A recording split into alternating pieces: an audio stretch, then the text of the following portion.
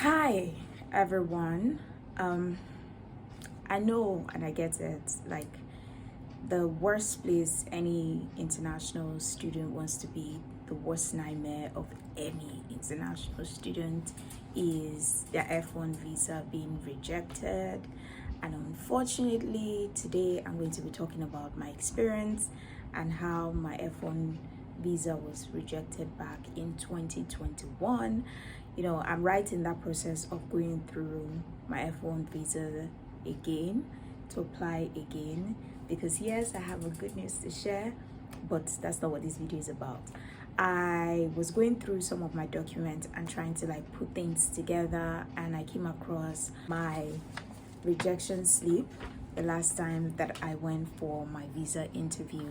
So this slip is definitely not personalized, and this is definitely the same slip that they give almost every other person. And in that moment, I kind of had a flashback of how I felt and just how everything went down that day. So if you're interested in this kind of stuff, stick around.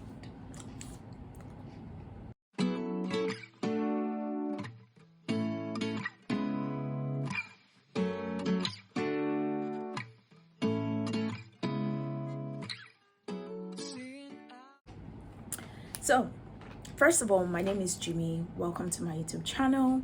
On this channel, I will be talking about everything about different phases of my life. Right now, I'm in my graduate school phase, so that's the content you're going to see a lot of, and just living my best life, whatever that means for me. Now, if you're here today, you are either attracted to the topic, which is rejection for my F1 visa, what went wrong and why that happened, or you're here to see my wonderful, beautiful face. Whichever it is, you're welcome to this YouTube channel, and I definitely want to see more of you. So please do not hesitate to give the video a thumbs up and hit that subscribe button. I'm going to be dropping a lot of tips and just a lot of things on how to get into graduate school and how to secure a full fellowship for your program, or a full scholarship, whatever that may mean for you. So without further ado, let's get into this. So I have my laptop in front of me, and I also have my book that I jot stuffs into, and I've been jotting stuffs into. So first of all, for my visa interview the last time, I had it in Abuja. I traveled to Abuja for my interview.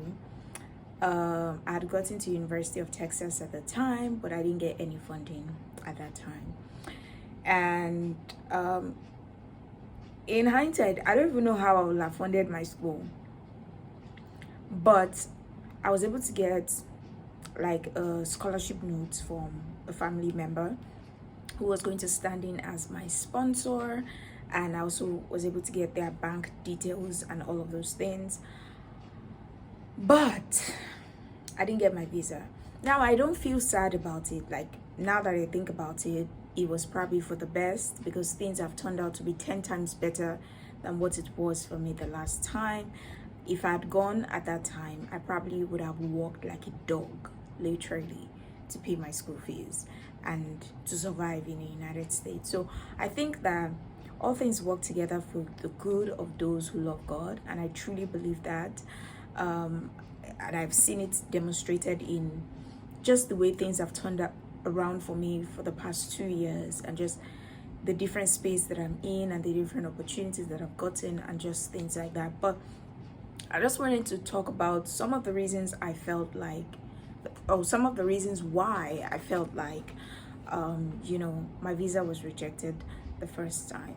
So let's first of all talk about what an F1 visa is. An F1 visa is pretty much the visa you get if you want to study in the United States. So you need an F1 visa, and there are a few other things that you need to go through in order to be able to secure an interview space. You have to make payments for your visa. You also have to make payments for your service fee as well. You have to print out documents, you have to show proof of funds and all of those things. If you need those details, just go ahead to ustraveldocs.com The details are listed out there. When I did my first visa process, I did it myself in the comfort of my home. I didn't get an agent, I didn't get a consultant, I didn't get any of those things. And generally, my cousin did it as well. He got his own visa and he's in the United States now. I don't think you need anybody to do it for you. I think it's a thing you can do yourself. You just have to really prepare for the interview process. That's really the part that you need to prepare for. Now, for me, I won't completely say that I wasn't prepared for my interview. I was. However, I had something that disrupted me the day before my interview, and kind of like took away my balance a little bit, and that made me very, very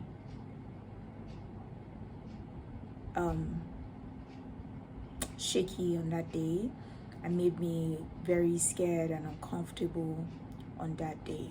So yeah, that's just my truth. So I wasn't very confident in my interview. I was very scared on my interview day, or I was shaking a little bit on my interview day. I definitely wasn't concentrating.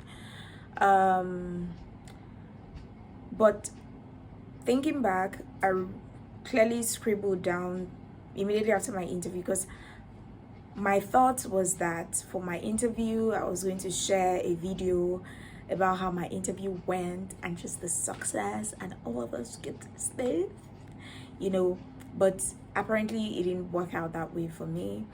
On my laptop, I'm looking at my laptop right now, I had a file dedicated to visa, and on that file I had my visa interview prep questions. Some of these questions were shared to me by my cousin. Remember, I said my cousin did his own interview earlier and he got his own.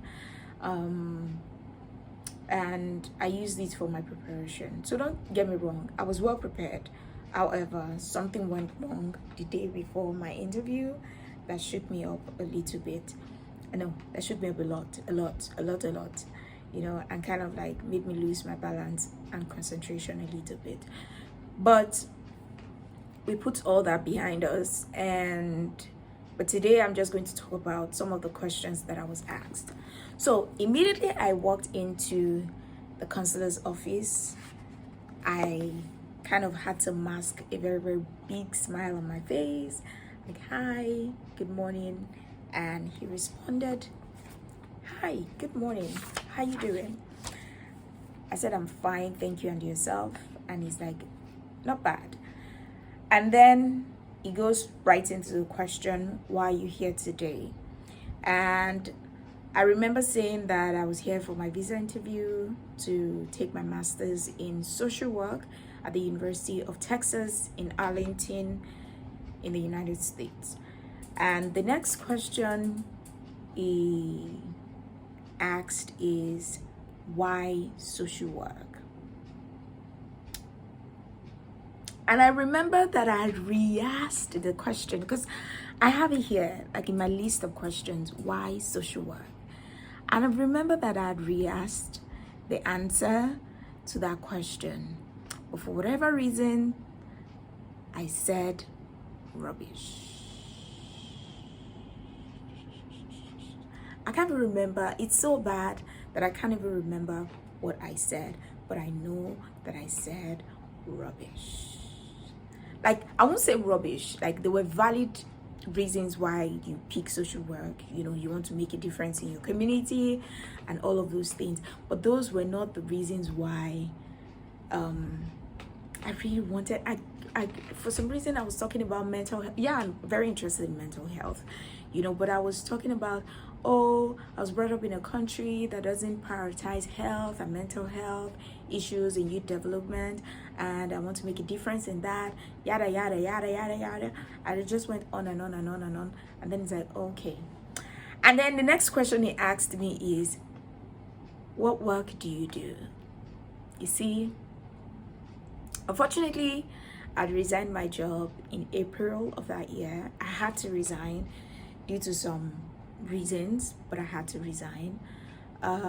So I didn't have a job between April and August when I did the interview. However, I had an internship or like a fellowship that I was doing at that time. And the mistake I made was saying that I didn't have a job. Don't ever say you don't have a job.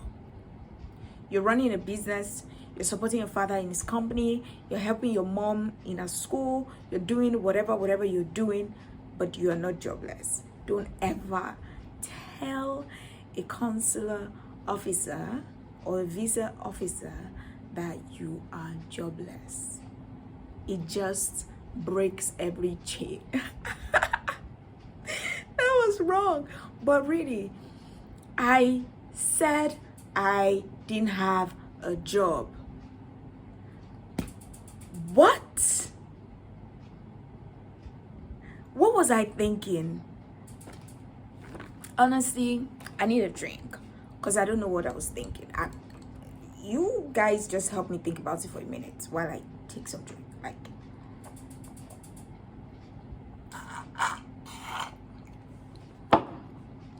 what was I thinking? How do I tell a visa officer I don't have a job? And that's all I said. I don't have a job. Shit.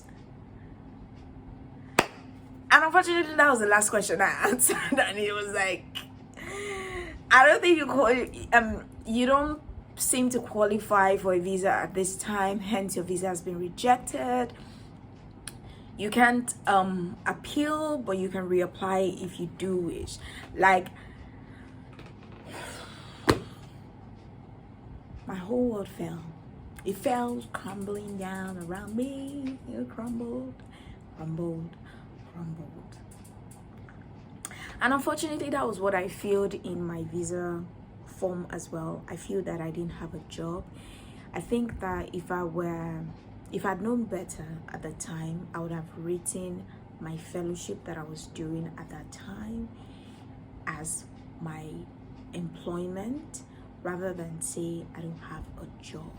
That was like a bad move. So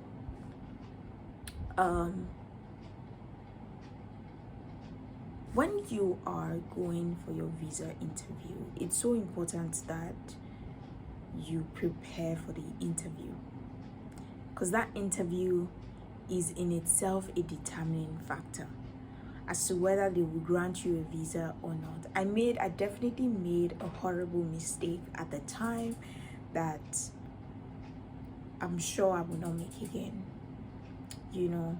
And another thing I want to say is, when you go for your interview, I remember where I went for my interview in Abuja. Abuja's own actually is, in my opinion, much more organized than that of Lagos. Abuja, you still have a sense of privacy and all of those things. Like, you have this waiting area, like in an open space, like just outside the consular office itself, where people are seated. After you've gone through like 2 or 3 stages of screening, they put you there, you're seated there, and then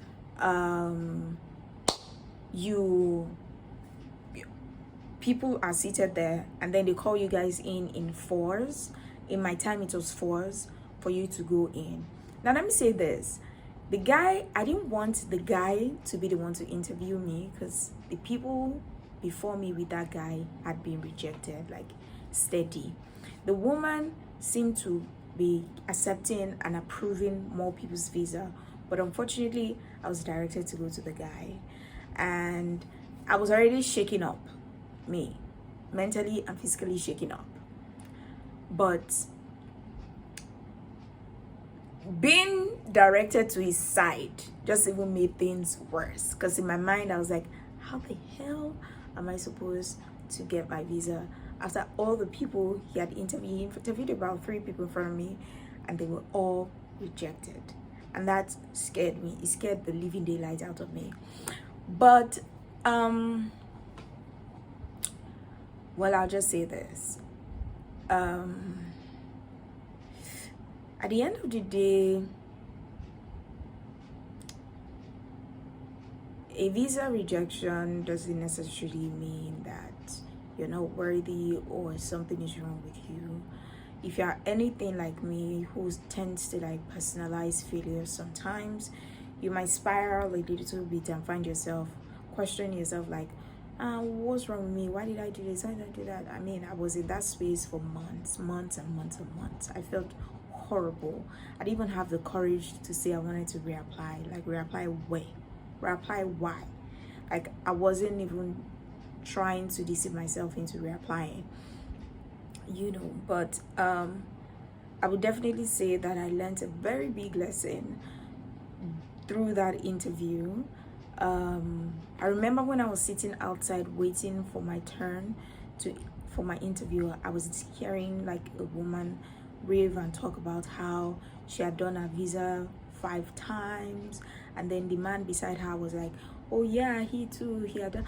I just blocked it out. I don't know how I did. I just found a way to block everything out because I didn't want to hear those kind of things.